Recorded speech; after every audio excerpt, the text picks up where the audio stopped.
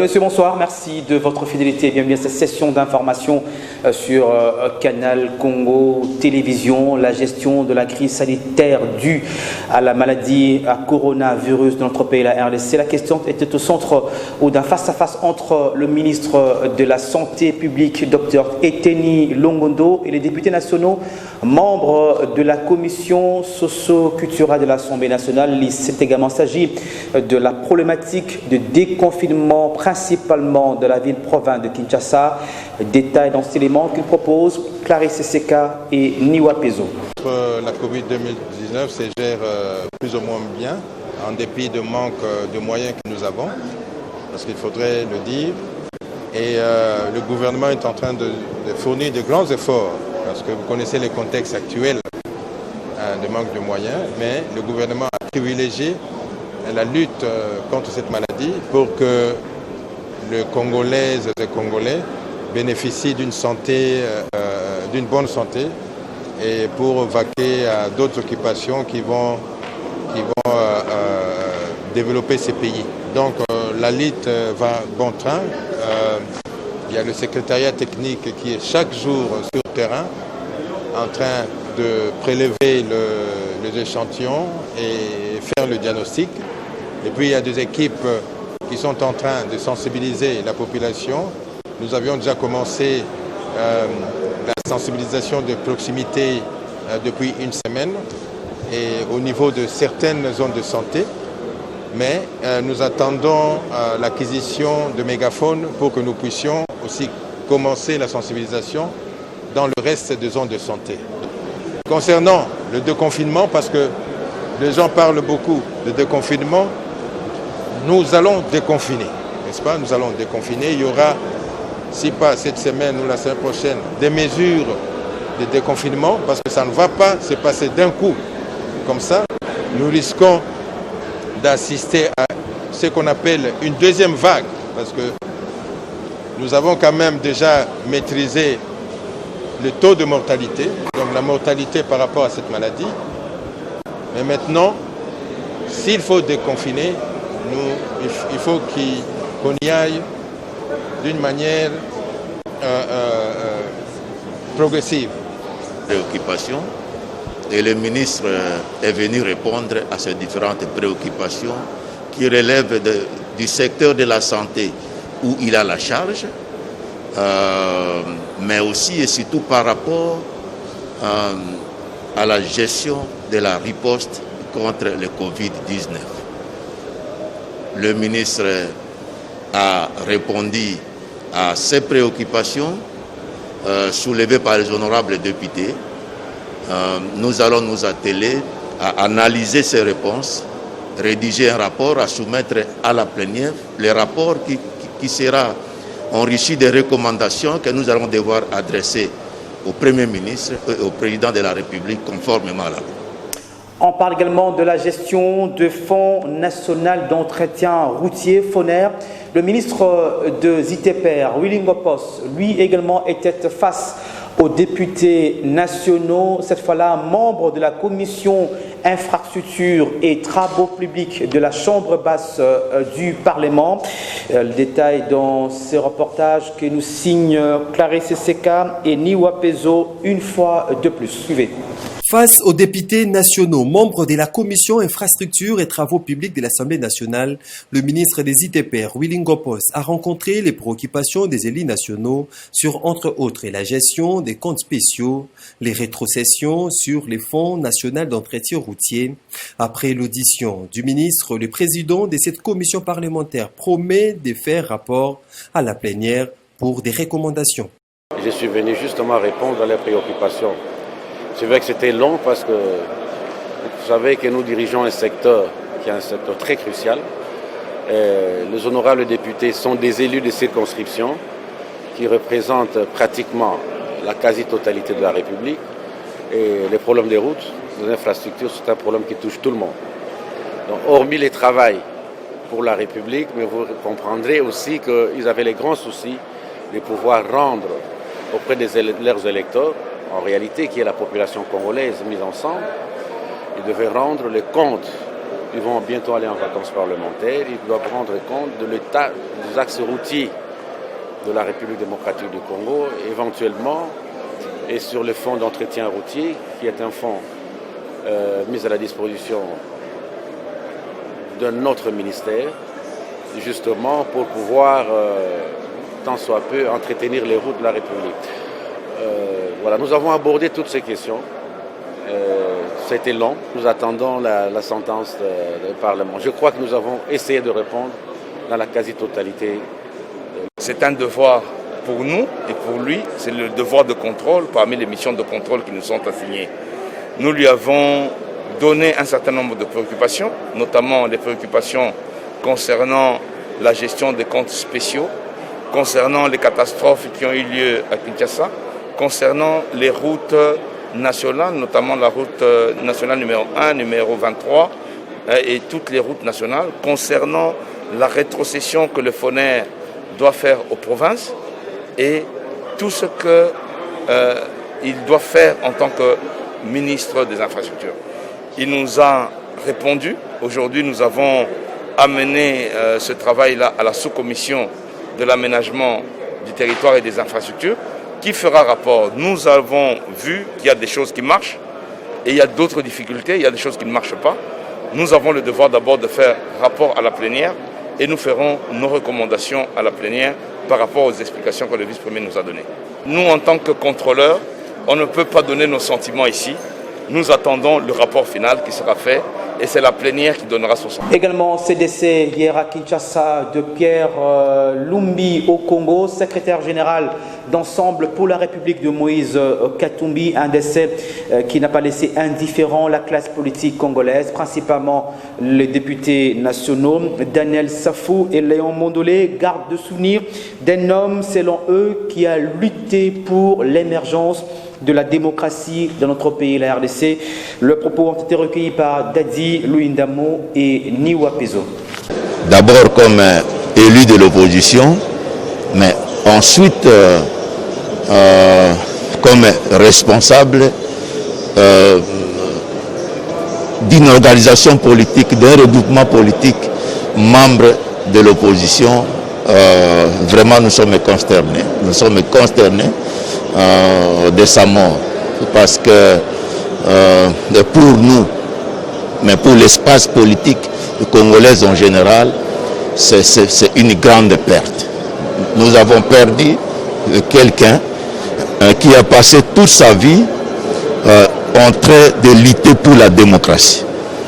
Pierre Lumbi, je l'ai côtoyé plusieurs fois, surtout ces derniers mois. Vraiment, c'est un homme épris de sagesse, c'est un homme qui est déterminé dans le changement, qui est un homme qui pensait, qui conseillait toujours à l'amélioration de notre système démocratique. Hélas, Dieu l'a appelé dans son royaume, vraiment que son âme repose en paix. Et aussi nos condoléances, nous adressons à sa famille politique, d'abord sa famille politique, Ensemble pour la République, mais aussi à sa famille biologique, que son âme repose en paix. La réclamation de députés nationaux relative à la majoration de leurs émoluments est vue particulièrement d'un mauvais œil par Bazin Pembe. Il est coordonnateur de la dynamique Le Changement. C'est maintenant qui qualifie cela de non-sens dans ces contextes, dit-il, où le pays est confronté à la pandémie de Covid-19.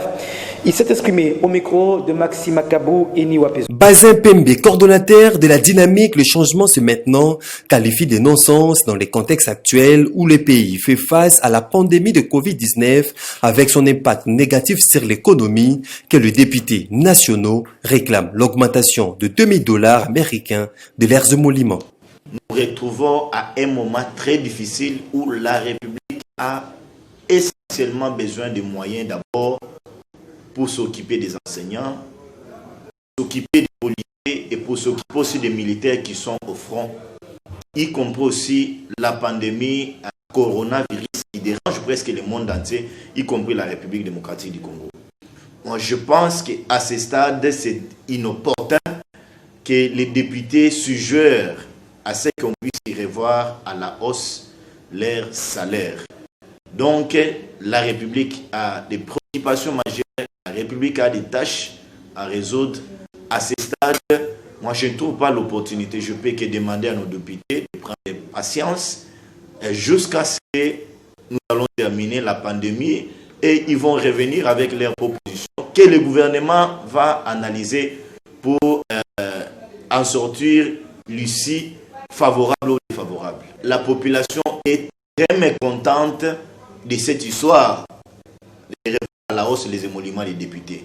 Chers amis, je peux vous dire qu'ils sont là pour légiférer, mais depuis qu'ils sont là, je ne sais pas combien de lois, combien de propositions de lois ils ont faites pour qu'on voie comment est-ce qu'on peut hausser sur leur salaire. Donc, je suis là au sein de la dynamique de changement. C'est maintenant nous ne partageons pas cette opinion. Nous disons que ce n'est plus le moment, ce n'est pas encore le moment pour que les députés puissent nous amener dans cette idée-là qui ne va pas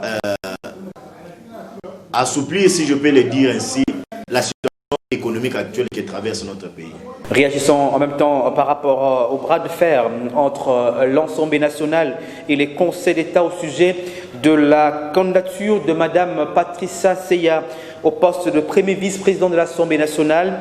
Le changement en marche, regroupement politique soutenant le chef de l'État, appelle la Chambre basse du Parlement au respect de l'article 151 de la loi fondamentale. John Mbaya est le coordinateur de cette plateforme. Suivez ses propos. Sous la direction de son coordonnateur, Maître John Mbaya Tita, les changements en marche, ces regroupements politiques qui dit soutenir le chef de l'État, Félix-Antoine Tshisekedi Tshilombo, tout en appelant les bureaux de l'Assemblée nationale au respect de l'article 151 de la Constitution, demande au président de la République de dissoudre le Parlement au regard de ce qu'il juge d'obstruction systématique.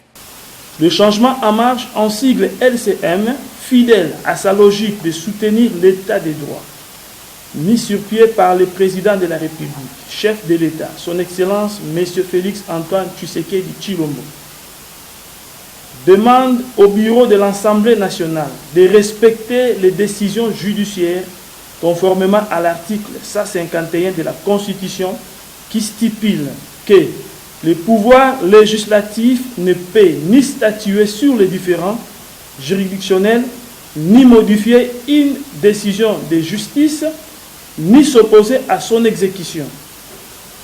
En outre, le LCM tient à rappeler à la présidente de l'Assemblée nationale que notre pays est actuellement engagé dans la matérialisation de la vision du président de la République relative à l'état des droits.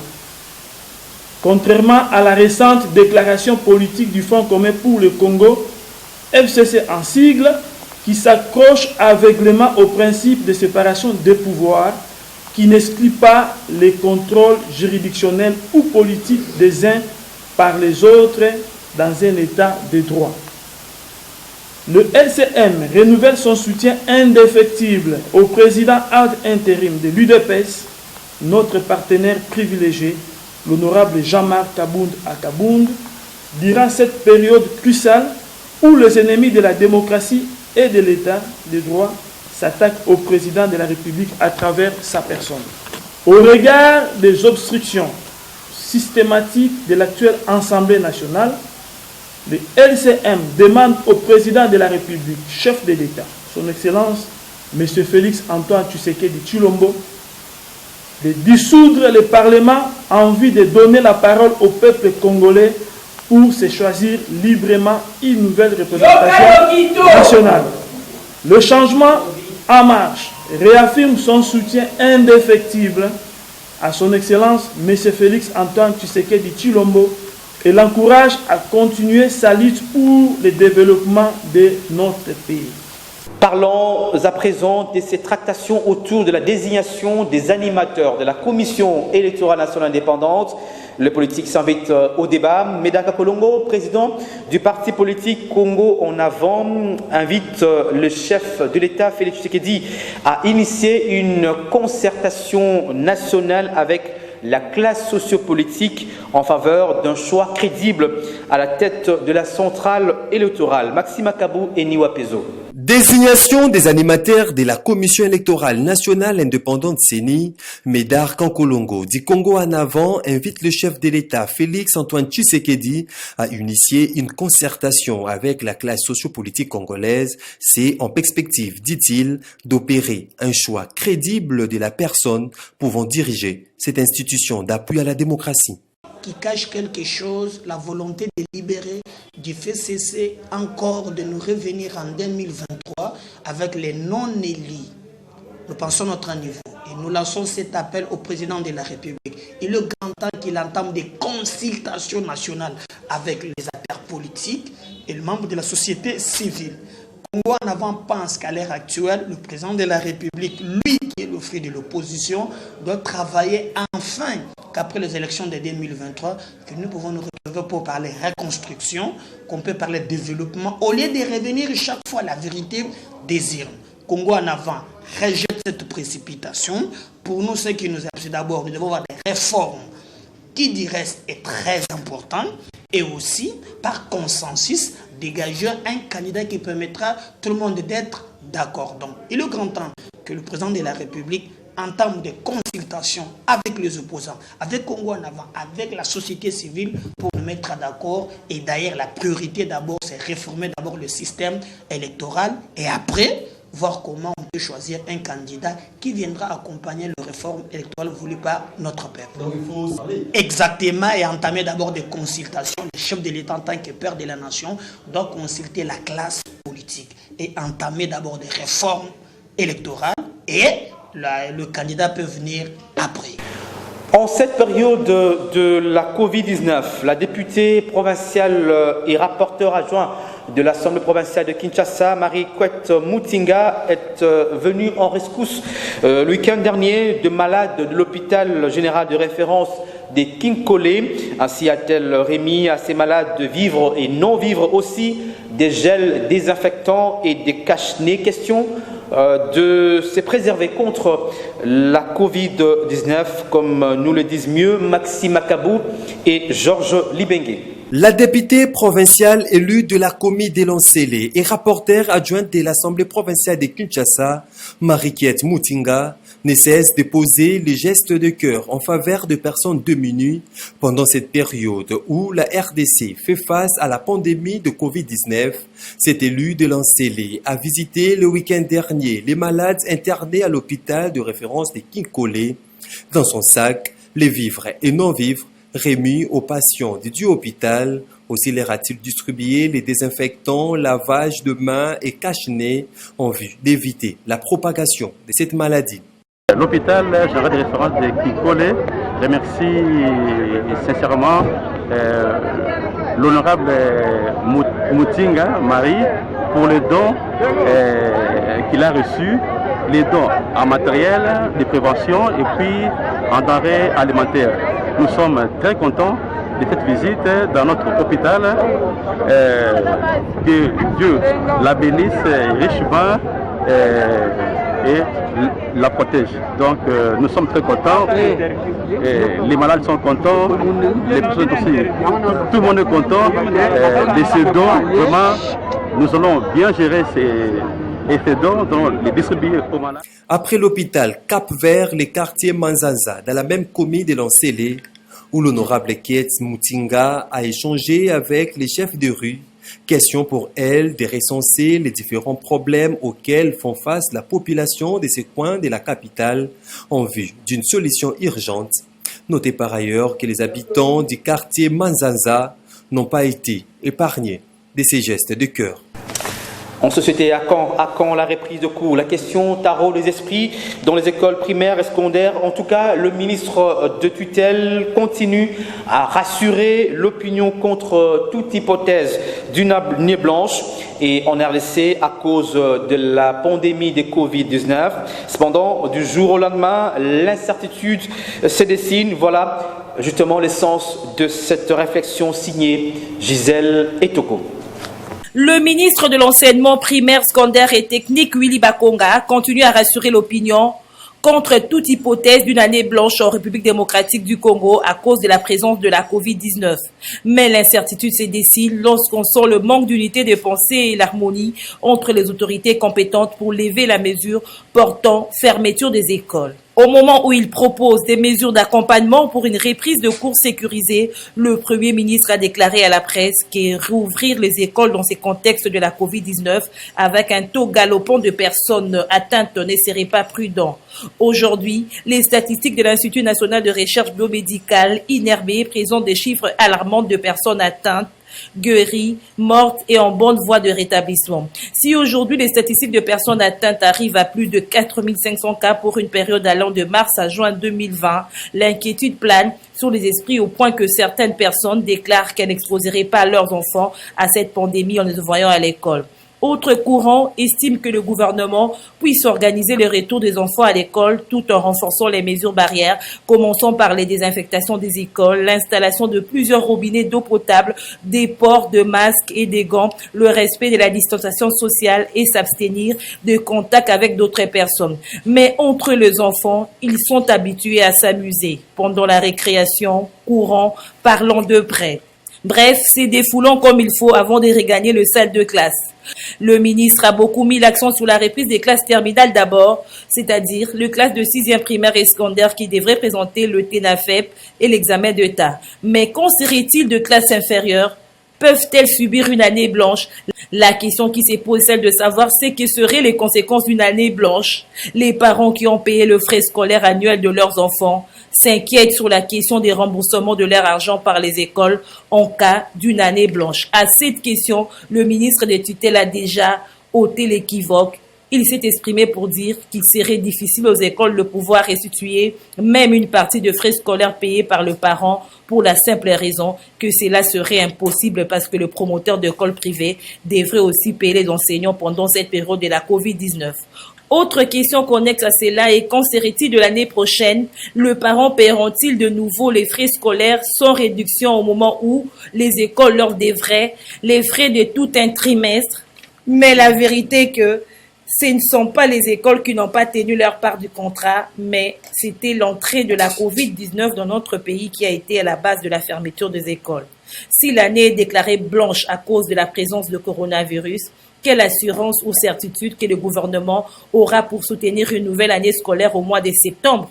Toujours en société, on parle de la hausse de prix de cartes prépayées en RDC. 100 unités s'achètent actuellement à 2200 francs congolais en lieu et place de 2000 francs. 50 unités se vendent à 1100 francs congolais et 500 unités à 11 000 francs congolais.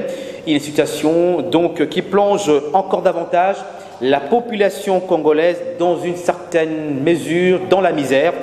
Nancy Ileka et Niwa Pezo pour le détail. La dépréciation de la monnaie congolaise face à la devise étrangère constitue un coup dur face à l'économie nationale. Tous les secteurs sont touchés, à l'instar de la vente des biens et produits des services de télécommunications.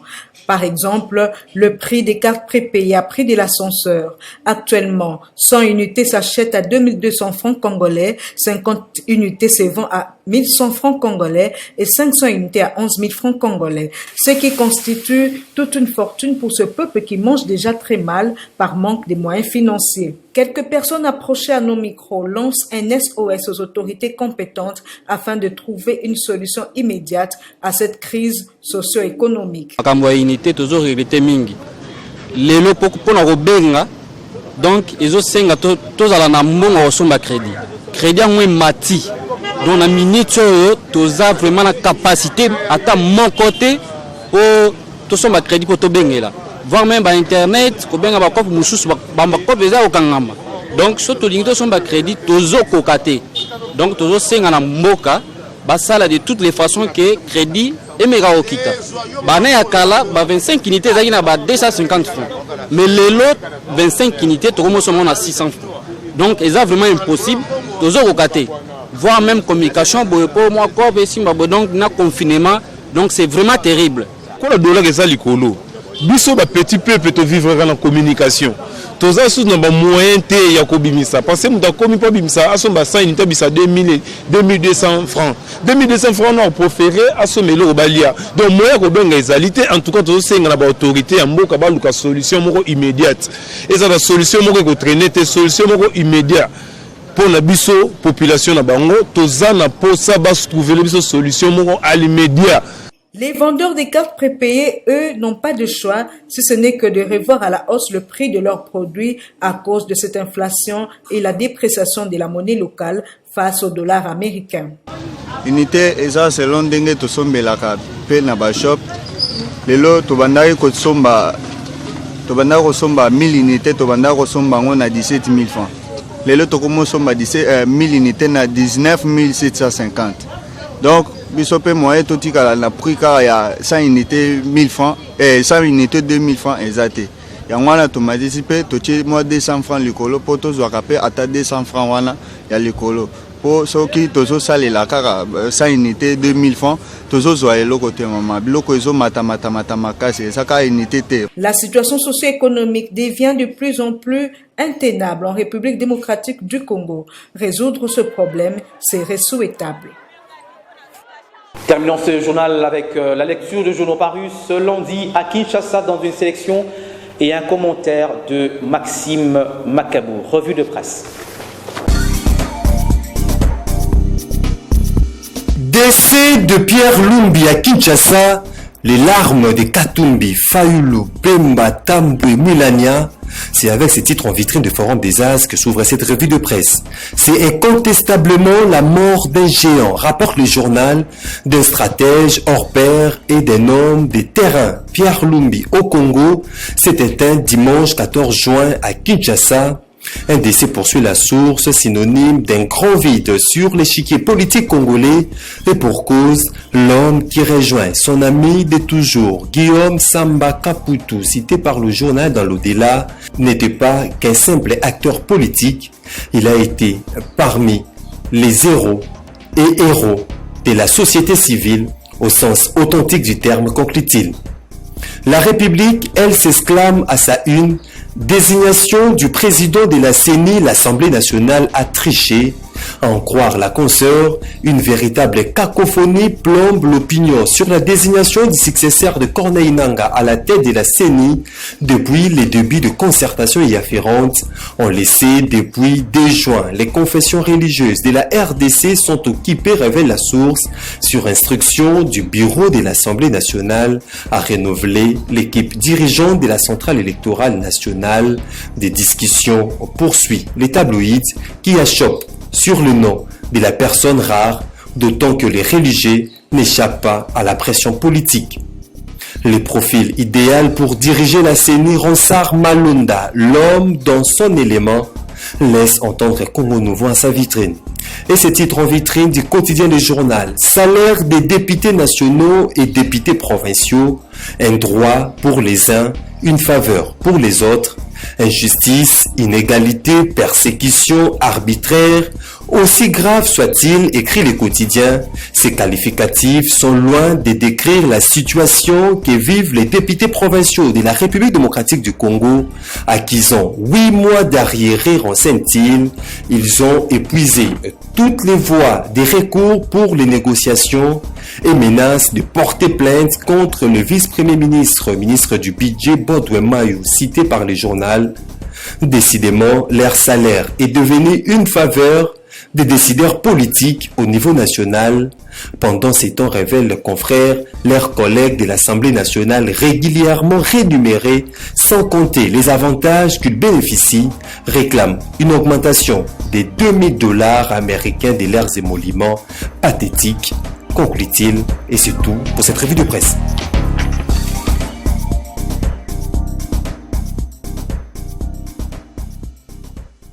Eh bien, mesdames et messieurs, c'est la fin de ce journal. Merci à vous tous qui l'avez suivi. À très bientôt et surtout, bonne suite des programmes sur votre chaîne. Au revoir.